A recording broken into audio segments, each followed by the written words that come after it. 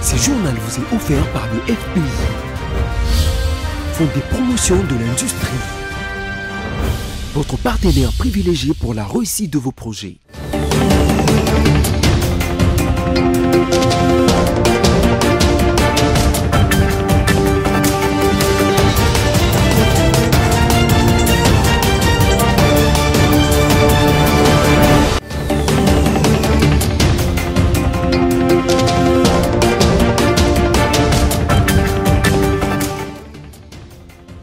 Madame, Monsieur, bonsoir et bienvenue sur BC Télévision pour la grande édition du journal. Voici le sommaire. RDC-Rwanda en conflit, seul le dialogue pourra baisser les tensions entre les deux pays. C'est ce que pense le président de la République du Congo, Denis Sassou Nguesso. Il l'a dit lors d'une interview sur France 24. Moïse Katumbi adhère à la demande de la Sanko et l'ECC dans le cadre du pacte social pour la paix. La délégation de ces deux églises a rencontré l'opposant congolais en Belgique. Et à l'international, à Sierra Leone, 2 millions de personnes sont menacées par la montée des eaux. Vous suivrez dans ce journal un reportage quant à ce. Voilà tout pour le sommaire. Encore une fois, bonsoir et bienvenue. Si vous nous rejoignez à la cité de l'Union africaine, le chef de l'État, Félix Tshisekedi, a présidé le week-end dernier une réunion sur la situation sécuritaire dans la partie est de la République démocratique du Congo. Il ressort de cette réunion la reprise par les forces armées de la RDC du contrôle de la ville de Bukavu dans la province du Sud Kivu. Les détails avec la presse présidentielle. Vu l'urgence qui s'impose, Félix Tshisekedi, en sa qualité du commandant suprême des forces armées de la République, a présidé ce samedi une réunion de crise sur la situation sécuritaire dans l'est du pays. Le chef de l'État et tous les membres ayant pris part à cette réunion ont passé en revue l'évolution des opérations militaires menées dans la partie orientale du pays et aussi les défis humanitaires à relever. Ils ont également examiné les stratégies de mise en place par les forces loyalistes de la RDC afin de contenir les velléités belliqueuses de l'armée rwandaise et ses supplétifs terroristes du M23 AFC.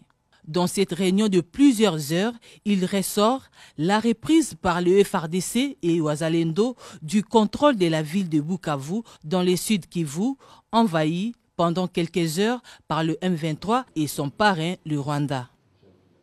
Et toujours dans le cadre de recherche des soutiens diplomatiques face à cette agression rwandaise, la chef du gouvernement congolais Judith Suminwa a rencontré et échangé avec le secrétaire général de l'ONU, Antonio Guterres, le week-end dernier à Addis Abeba, en marge du 38e sommet de l'Union africaine. Les deux personnalités ont discuté de la situation sécuritaire dans l'est de la République démocratique du Congo, marquée par la percée de l'armée rwandaise dans la province du Sud Kivu et des efforts régionaux de paix. On l'écoute, Judith Suminwa, en sortir de cette audience. Pour une fois, il va falloir ne pas garder une position de neutralité, mais effectivement affirmer que la RDC est agressée par le Rwanda. Donc nous avons eu des échanges à ce niveau-là et je pense qu'un certain nombre de pays autour de nous ont pu affirmer, pour une fois en tout cas, le nom du Rwanda en dehors de la RDC a été indiqué dans la salle comme étant l'agresseur en ayant des troupes sur le territoire congolais. Et donc dans le résumé en fait du rapport, c'était que appel au cessez-le-feu immédiat, appel au processus de Luanda, la continuité du processus de Luanda avec pour la partie congolaise la neutralisation des FDLR, mais pour la partie rwandaise, le retrait des troupes rwandaises sur le territoire congolais. On a aussi de nouveau indiqué la nécessité de la réouverture de l'aéroport de Goma, la sécurisation de Goma. Évidemment, il faudra bien tenir compte des derniers développements sur le Sud Kivu. Nous avons parlé aussi du couloir humanitaire et du respect des droits de l'homme et des principes humanitaires. Je le disais en titre que les consultations de la Sanko et de l'ECC se poursuivent. Ces évêques ont rencontré hier dimanche à Bruxelles l'opposant Moïse Katumbi ainsi que les cadres de son parti politique Ensemble pour la République, dont Salomon Idi Kalonda, Olivier Kamitatu et son secrétaire général Hervé Diakessi. L'opposant congolais et son parti soutiennent le dialogue prôné par la Sanko et l'ECC. Suivez. Actuellement en Europe, c'est à Bruxelles, en Belgique, que les évêques de la Conférence épiscopale nationale du Congo, SENCO, et de l'Église du Christ au Congo, ECC, ont échangé avec le président du parti politique Ensemble pour la République, Moïse Katumbi, qui était avec le cadre de son parti. Cette rencontre s'inscrit dans le cadre de leur initiative du Pacte social pour la paix et le vivre ensemble. À l'issue de cette rencontre, Ensemble pour la République a exprimé son soutien à cette initiative et a condamné toute tentative de blocage. Nous saluons l'initiative des pères de l'Église et nous les encourageons à poursuivre leurs consultations. Au moment où le sang des Congolais coule, nous condamnons fermement tous ceux qui s'opposent à cette initiative. Cette attitude, nous la jugeons profondément irresponsable. Chaque fois que l'appel à la paix, à l'unité, au vivre ensemble retentit, Moïse Katumbi a répondu présent. À en croire Monseigneur Donatien Cholet, ces derniers ont promis de remettre un cahier de charges aux leaders religieux. Et ils nous ont effectivement écoutés, ils ont promis de nous donner leur cahier de charges. Notons que pendant ces temps à Kinshasa, il y a de mouvements politiques qui contestent cette initiative, chose que déplorent plusieurs. Et toujours dans le même chapitre, suite à l'entrée du M23 et des forces de défense rwandaises RDF dans la ville de Bukavu, dans la province du Sud Kivu, le gouvernement britannique a fait une déclaration dans un communiqué dont je vous propose de suivre la lecture.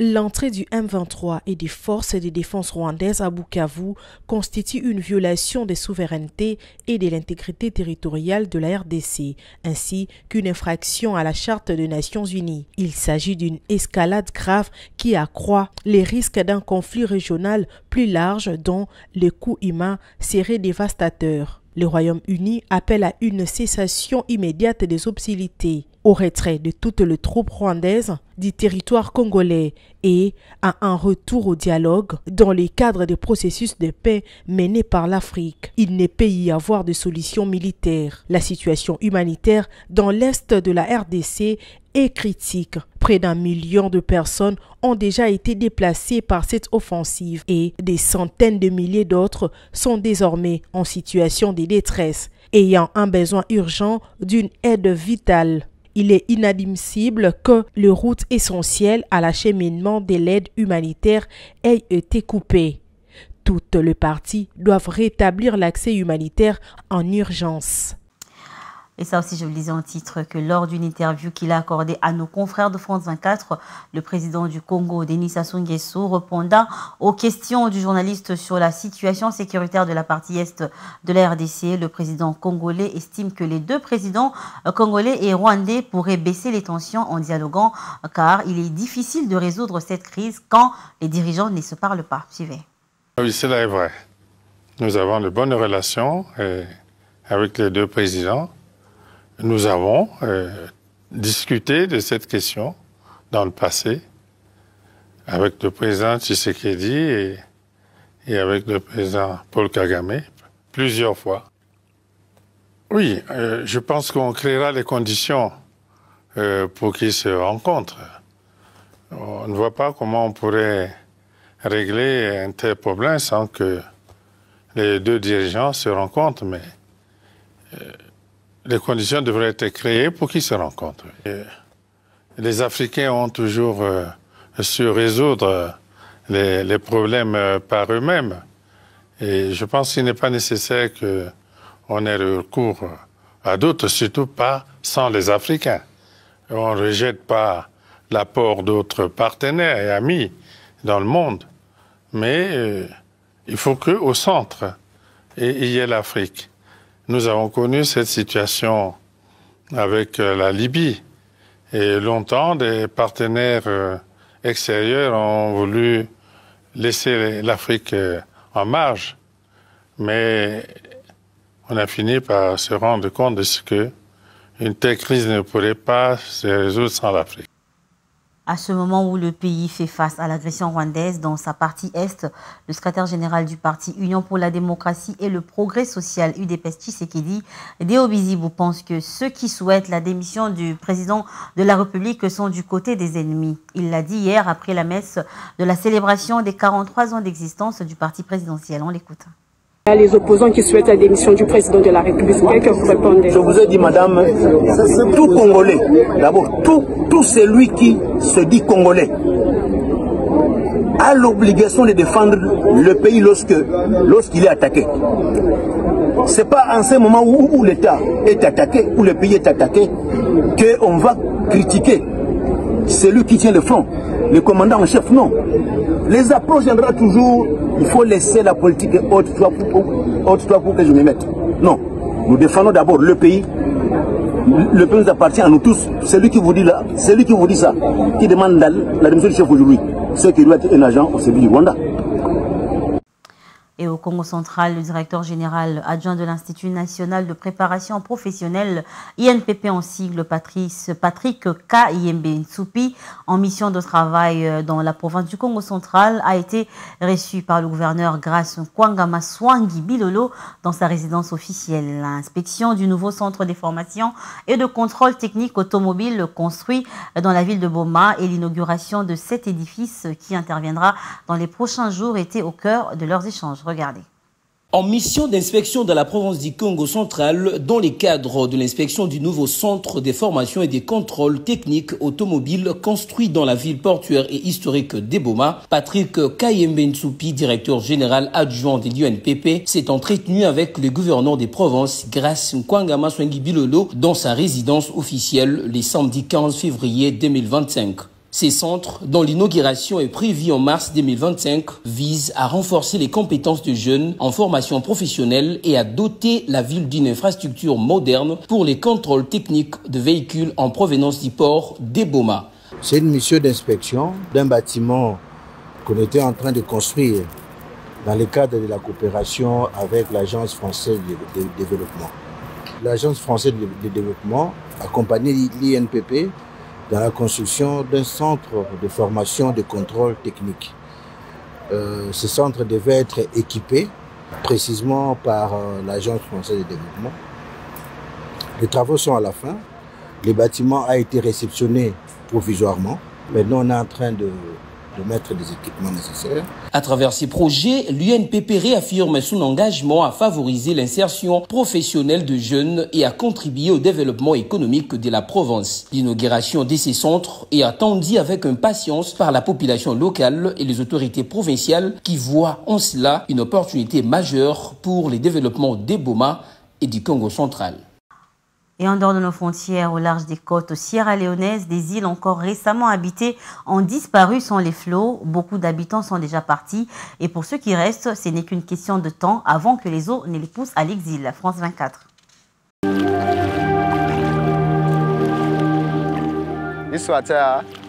Cette eau, c'est elle qui nous donne de quoi vivre. Mais elle nous arrache aussi de l'endroit où nous vivons. D'un côté, nous avons besoin de l'océan, de l'autre, il nous détruit. Aujourd'hui, nous nous tournons vers Dieu pour qu'il nous aide. Avant, nous vivions là, notre communauté entière était ici. Maintenant, l'eau est partout et nous a forcés à partir. Là-bas, au niveau de l'eau plus sombre, c'était notre village. Mais l'eau a tout détruit. Il y avait beaucoup d'arbres et de cocotiers de ce côté et là-bas aussi.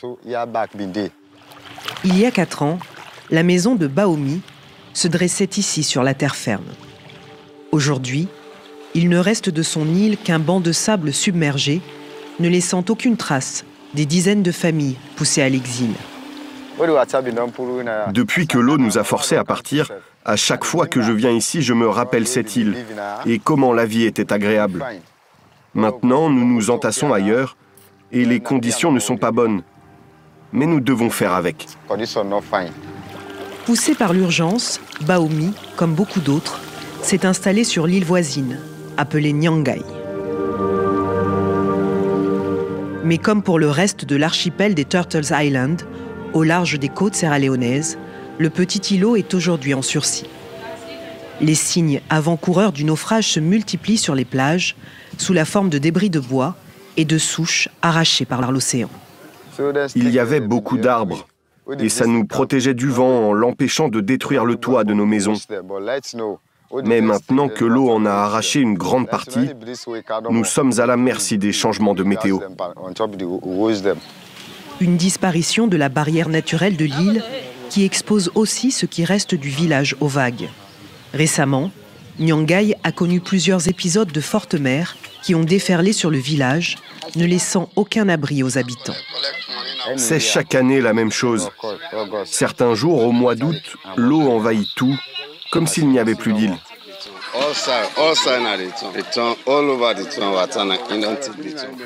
Quand l'eau arrive, elle détruit nos affaires.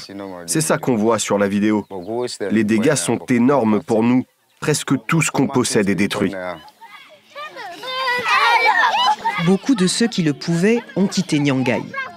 Contre 3000 habitants il y a 15 ans, il n'en compte aujourd'hui plus que 4. Et on passe au rappel des titres.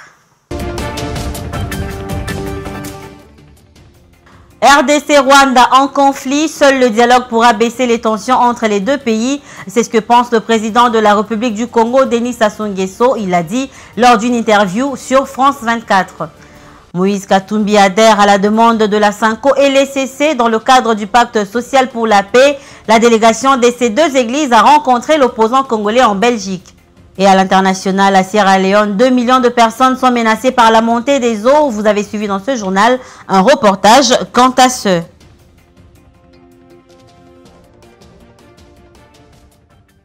Voilà tout pour ce soir. Encore une fois, merci d'être avec nous et restez branchés sur BC Télévision. Quant à nous, on se retrouve prochainement et ce sera avec le même plaisir. Au revoir.